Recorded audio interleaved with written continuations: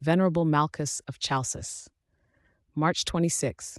A monk who fled an arranged marriage, then disobeyed his abbot, faced capture, slavery, and a forced marriage, only to find profound repentance and divine deliverance. A heads up in the spirit of transparency.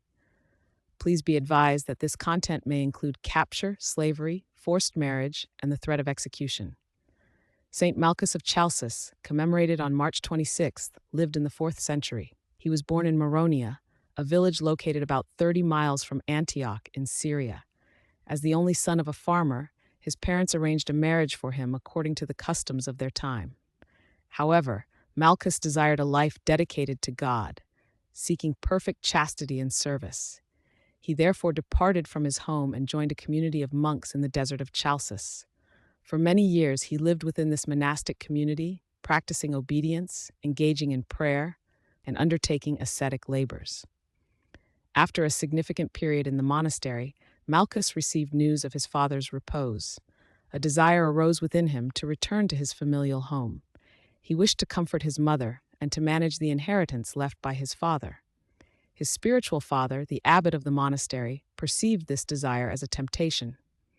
The abbot warned Malchus against departing, quoting the scripture, "No one who puts his hand to the plow and looks back is fit for the kingdom of God."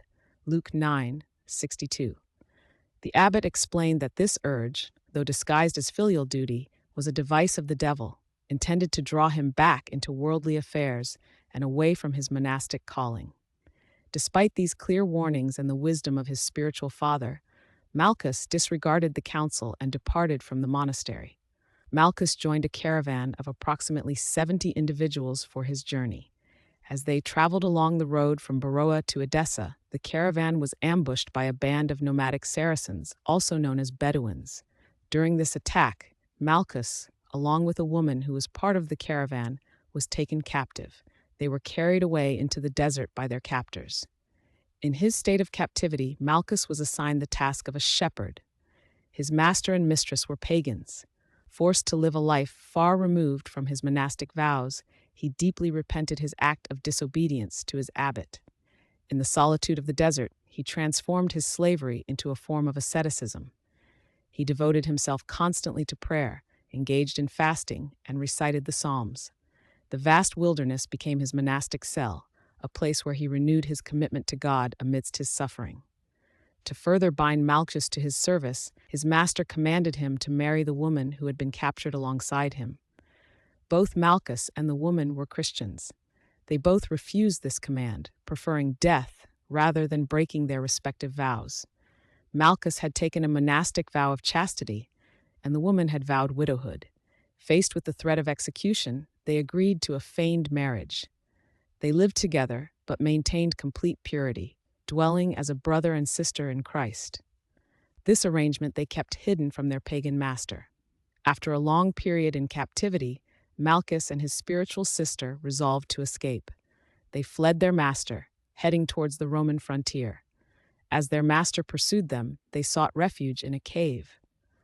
When their master approached the entrance of the cave, a lioness emerged, startling him and his servant, causing them to flee in fear. As the master and servant continued their pursuit, they were subsequently killed by a venomous snake. These wild beasts, acting under God's providence, had protected the saints from their pursuers. Freed from their master, Malchus and the woman continued their journey to Roman territory. The woman sought and joined a community of nuns, dedicating her life to God in that setting. Malchus returned to the desert of Chalcis. He sought out his old monastic community, only to discover that his abbot had reposed in the Lord. Malchus lived out the remainder of his days in the desert, continuing his ascetic labors.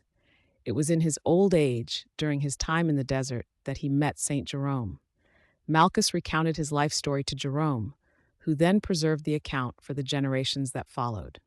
His story stands as a testament to the dangers of abandoning one's monastic calling and to the boundless mercy of God for those who repent and turn back to Him.